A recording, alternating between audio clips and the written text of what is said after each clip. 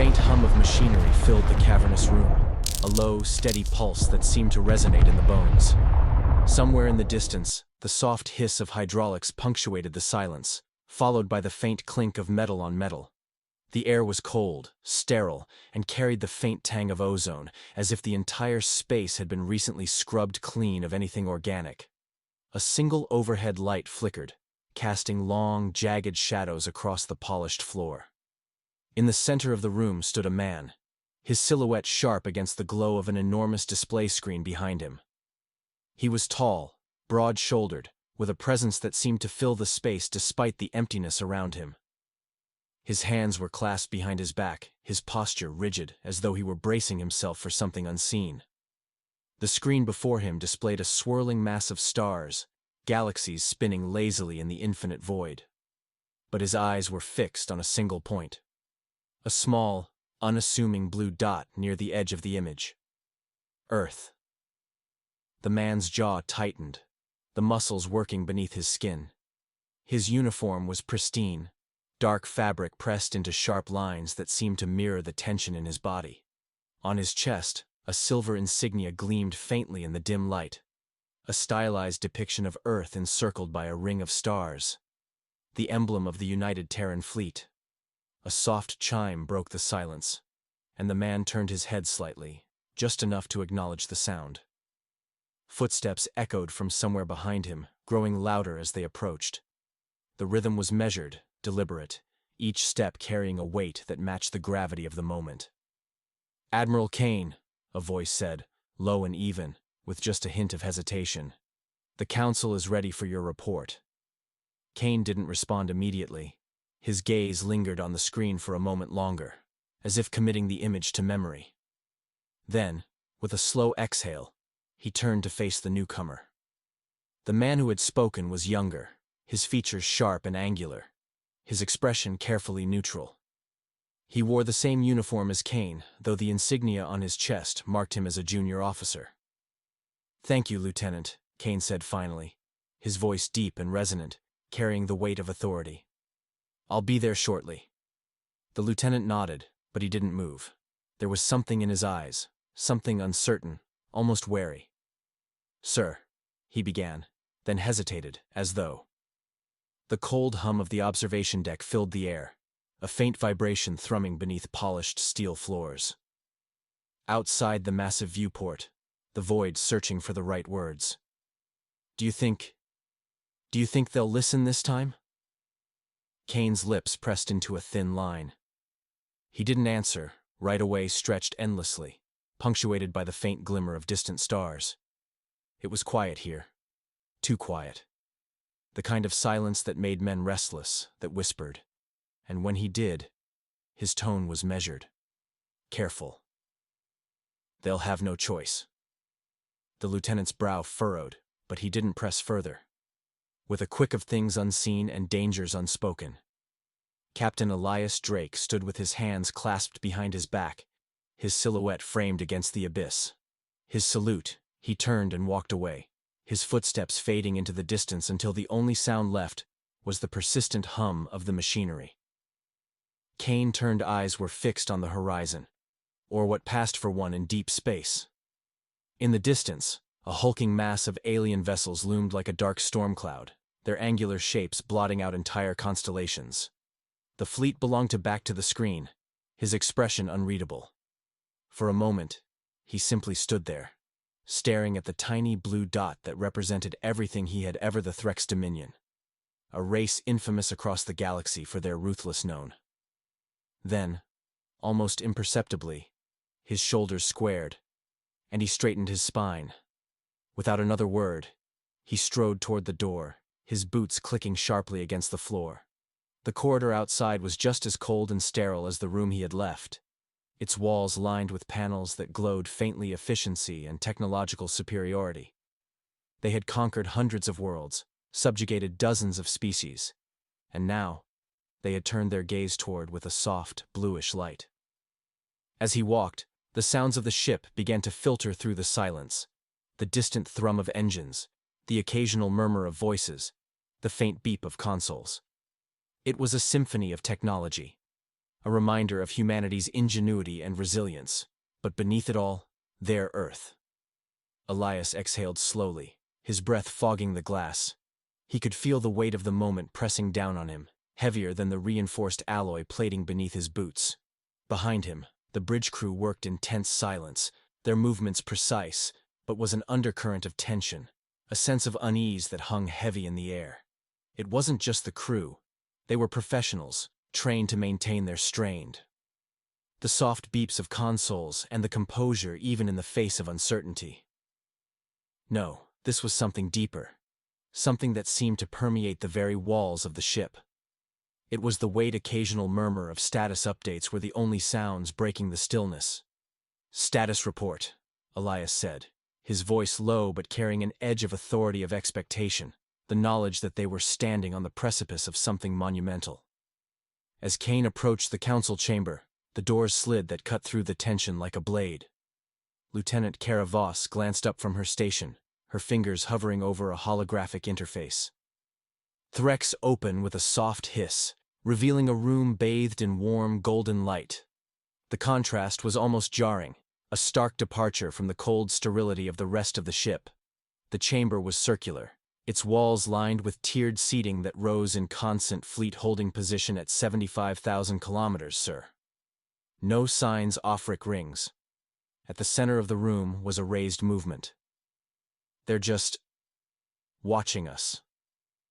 Elias nodded, though the news did platform, and above it, a holographic display projected a three-dimensional map of the galaxy. Seated around the platform were the members of the United, little to ease the knot in his stomach. "And our fleet?" Kara hesitated, her eyes flicking to the data readout before her. 32 ships remaining Terran Council, their faces illuminated by the soft glow of the hologram.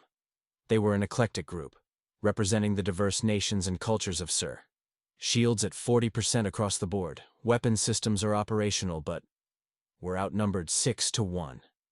The captain's jaw tightened.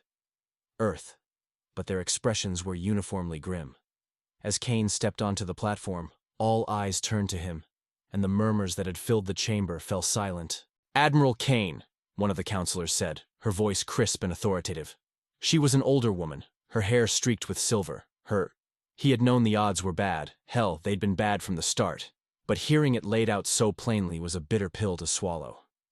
The Threx had come gaze sharp and penetrating. "You requested this audience. We are here. Speak." Kane inclined his head slightly, a gesture of respect, but there was no expecting an easy victory, and so far, humanity had done little to dissuade them deference in his demeanor. He stood tall, his presence commanding, as he addressed the council. Of that notion.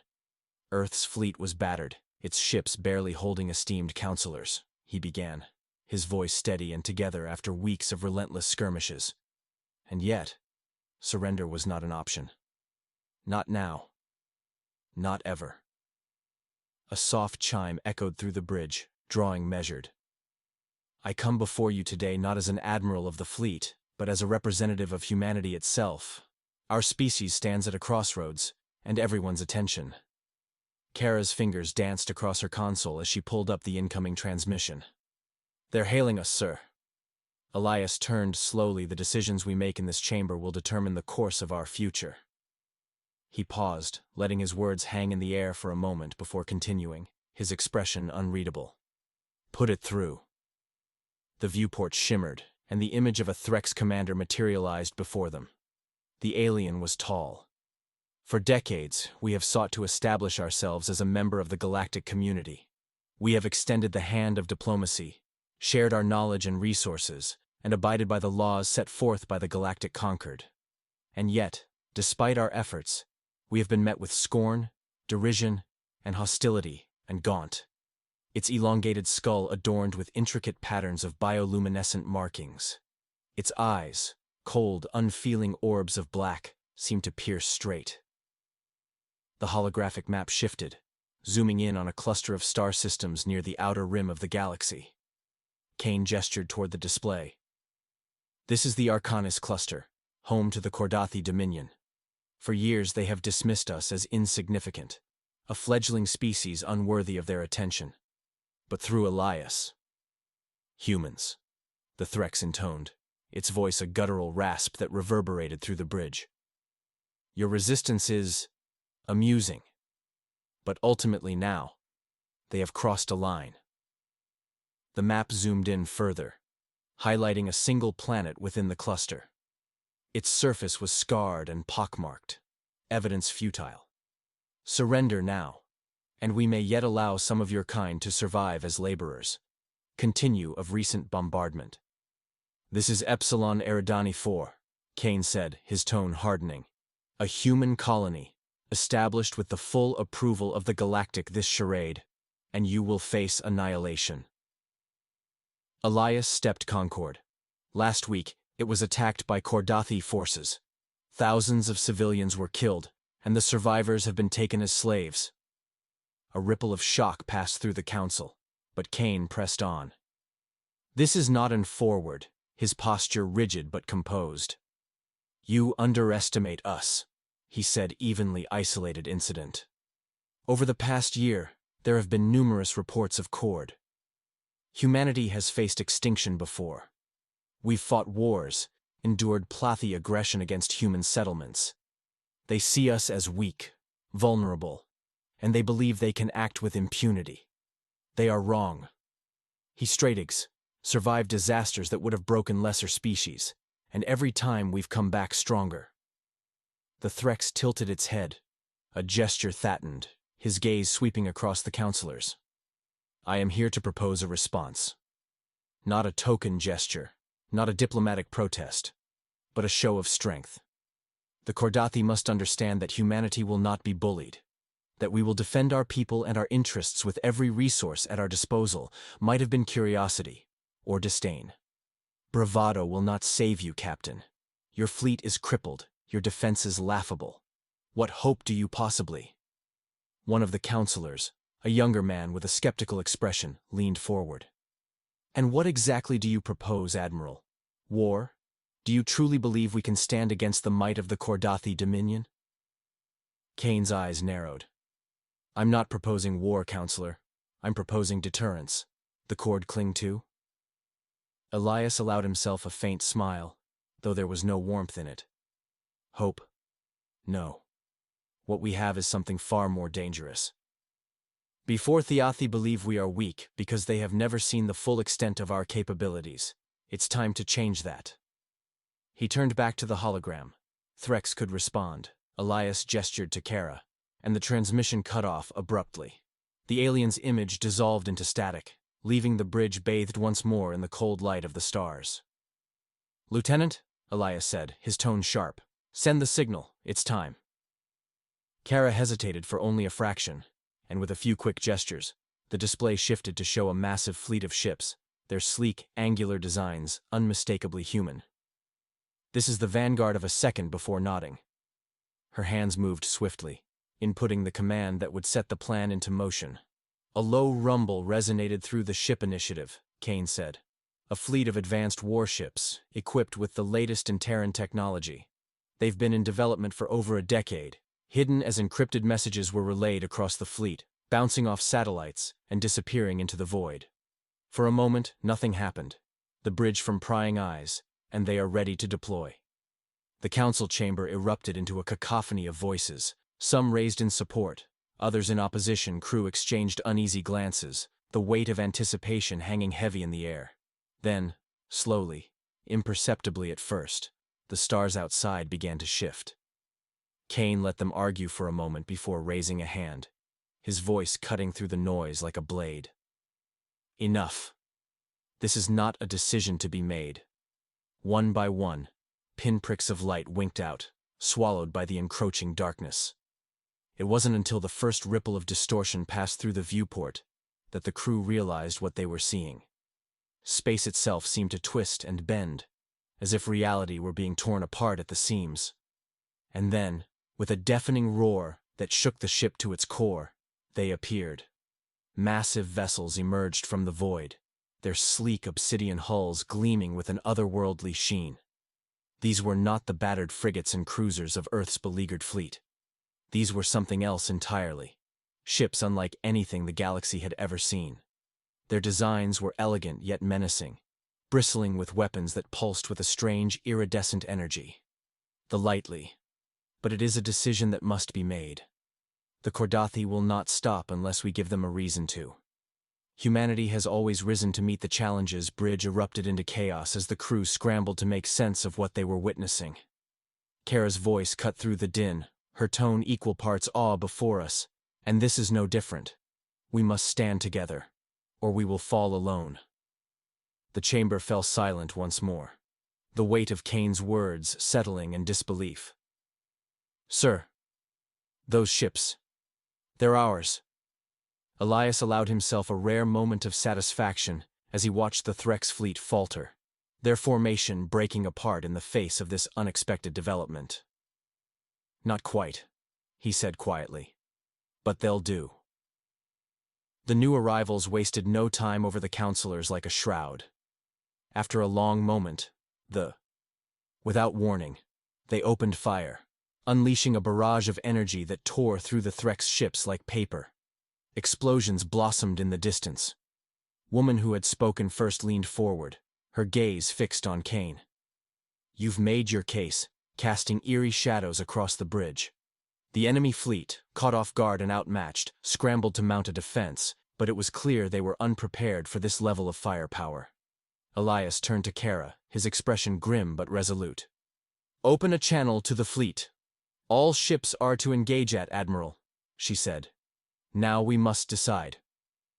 Kane nodded, stepping back from the platform as the counselors began their deliberations. He knew the road will. No quarter. Kara nodded, her hands moving swiftly to relay the order. Across the battlefield, Earth's remaining ships rallied, their crews emboldened by the sudden turn of the tide. Together, they surged forward, joining the fray with renewed vigor. As the battle raged on, Elias couldn't help ahead would be difficult, but he also knew that humanity's survival depended on their resolve. And as he stood there, waiting for their verdict, he felt but feel a pang of unease. This was humanity's trump card, the ace up their sleeve that they had kept hidden until the 11th hour. But it came at a spark of hope, a belief that no matter the odds, humanity would endure. Cost. A cost that few outside the highest echelons of command truly understood. The ships that now fought alongside them were not built by human hands. They were the product of an alliance forged in desperation, a pact made with beings whose motives remained shrouded in mystery. Humanity had traded much for this technology, perhaps too much. And while it had given them a fighting chance, Elias knew it was a gamble that could yet come back to haunt them. For now, though, there was no time for doubt. The Threx were retreating, their once mighty fleet reduced to smoldering wreckage. Victory was within reach, but the war was far from over. And as Elias stared out at the battlefield, he couldn't shake the feeling that this was only the beginning. The Threx formation was unraveling, their once imposing fleet scattering like leaves caught in a gale. The sleek black ships of humanity's hidden armada moved with terrifying precision, each maneuver calculated, each strike devastating. Their weapons unleashed silent storms of energy that danced across the void, ripping through Threx hulls as if they were made of paper. The explosions painted the darkness with bursts of orange and blue, casting fleeting shadows on the bridge of the Erebus. Captain Elias Drayke stood at the center of the chaos, his eyes locked on the tactical display hovering above the command console. His jaw was tight, his hands clasped behind his back, but inside, his thoughts churned like a storm.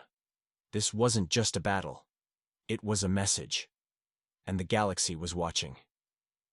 Enemy flagship is pulling back, sir, Lieutenant Caravos reported, her voice cutting through the hum of the ship's systems and the faint murmur of the crew. Her fingers danced over the holographic interface, bringing up a magnified view of the Threx command vessel. It was a monstrous thing, bristling with spines and ridges, its surface alive with shifting patterns of bioluminescent light. But now, it looked almost pitiful, its shields flickering, its engines sputtering as it tried to retreat. Elias allowed himself a grim smile. They're running scared. Kara hesitated, glancing at him out of the corner of her eye. Permission to pursue, Captain? For a moment, Elias didn't answer. He stared at the image of the fleeing flagship, his mind racing. They could finish this here and now, cripple the Threx leadership, deal a blow so severe that it would take them decades to recover. But something held him back. A nagging doubt, a whisper at the edge of his thoughts. "No," he said finally, his voice firm. "Hold position. Let them run." Kara blinked, clearly surprised. "Sir?" "They need to go back," Elias explained, his gaze never leaving the screen. "They need to tell the rest of the Dominion what happened here. Let them spread the fear."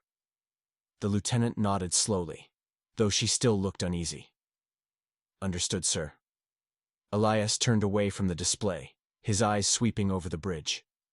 The crew was exhausted, their faces pale and drawn, but there was a spark of something else in their expressions, something he hadn't seen in weeks. Hope. "Status report," he called out, his voice carrying over the low hum of the ship. "Damage to primary systems is minimal," Kara replied. "Shields are holding at 30%. We've lost 3 ships, but the rest of the fleet remains operational." "And the Threx?" "Casualties are extensive," she said, her tone grim. "Over 70% of their fleet has been destroyed or disabled. The survivors are retreating beyond sensor range." Elias nodded, his expression unreadable. "Good. Send word to the rest of the fleet. Begin recovery operations. Prioritize search and rescue for any survivors." "Yes, sir." As the crew moved to carry out his orders, Elias turned back to the viewport. The battlefield stretched out before him, a graveyard of twisted metal and shattered dreams. Debris drifted lazily through the void, the remnants of ships that had once carried thousands of lives. It was a sobering sight, even in victory. But it wasn't over. Not yet. In the war room aboard the Erebus, the atmosphere was tense. The senior officers of the fleet had gathered around the central holotable, their faces illuminated by the cold blue glow of the tactical display. Admiral Kane stood at the head of the table, his presence commanding as always. He listened in silence as the officers gave their reports, his expression unreadable. "The Vanguard initiative performed as expected," one of the commanders was saying. "Their technology is beyond anything we've ever seen. If not for them, we wouldn't be standing here right now." There were murmurs of agreement, but also undercurrents of unease. The Vanguard ships had been a last resort, a desperate gamble born out of necessity. But their origins were shrouded in secrecy, known only to a select few within the highest ranks of Terran command. Even among the officers present, there were whispers of unease, questions that no one dared to voice aloud. "What about the Threx?" Kane asked, his voice cutting through the tension like a blade. "They'll regroup," another officer replied. "They won't take this loss lying down. But it'll take time. We've bought ourselves a reprieve, at least for now." Kane nodded slowly, his gaze fixed on the holographic map. "And the Council?" There was a pause. The officers exchanged uneasy glances before one of them spoke up. "They're divided. Some see this as a turning point, a chance to assert humanity's place in the galaxy. Others are concerned about the cost." Kane's lips pressed into a thin line. He knew what they meant. The Vanguard initiative had come at a price that humanity might not fully understand until it was too late. "Let them debate," he said finally. "Our job is to ensure that humanity survives no matter the cost." Far from the wreckage of the battlefield, deep within the uncharted regions of space, a shadow stirred. It was vast and ancient, a presence that defied comprehension. Its form was indistinct, a shifting mass of light and darkness that seemed to ripple and pulse with a life of its own. It watched the events unfolding in the galaxy with a detached curiosity, its thoughts alien and unfathomable. The humans had proven themselves resourceful, resilient. They had tapped into powers they barely understood, wielding them with reckless abandon. It was intriguing, but also dangerous. The shadow shifted, its attention narrowing. The humans were playing a game they didn't fully comprehend, meddling with forces that could not be controlled. And while their ingenuity was admirable, it was also a threat. A decision had to be made. The shadow reached out, its consciousness spanning the void like a web. It touched the minds of its kin, sharing its thoughts, its concerns. Together, they would decide the fate of this fledgling species. For better or worse, humanity's actions had not gone unnoticed. And the galaxy was watching. Back aboard the Erebus, Elias sat alone in his quarters, staring at the small photograph on his desk. It was old and worn, the edges frayed from years of handling. In the picture, a younger version of himself stood beside a woman with bright eyes and a warm smile. Between them was a little girl, her face lit up with laughter. He traced a finger over the image, his expression softening. It was a reminder of why he fought, why he endured. For them, for the future. A chime broke the silence, and he looked up as the door slid open.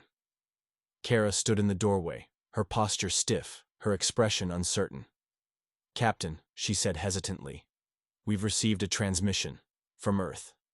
Elias frowned. "What kind of transmission?" "It's classified, sir. Priority Alpha 1. That got his attention. He rose to his feet, his mind already racing. Priority Alpha 1 transmissions were reserved for the most critical matters, usually involving threats to planetary security. "Patch it through to the war room," he ordered. "I'll be there shortly." Kara nodded and disappeared down the corridor, leaving Elias alone once more. He glanced back at the photograph, his jaw tightening. Whatever was coming next, he would face it. Because that's what humanity did. They faced the impossible, the unthinkable, and they endured. But as he stepped out into the corridor, a nagging thought lingered at the back of his mind. This was only the beginning.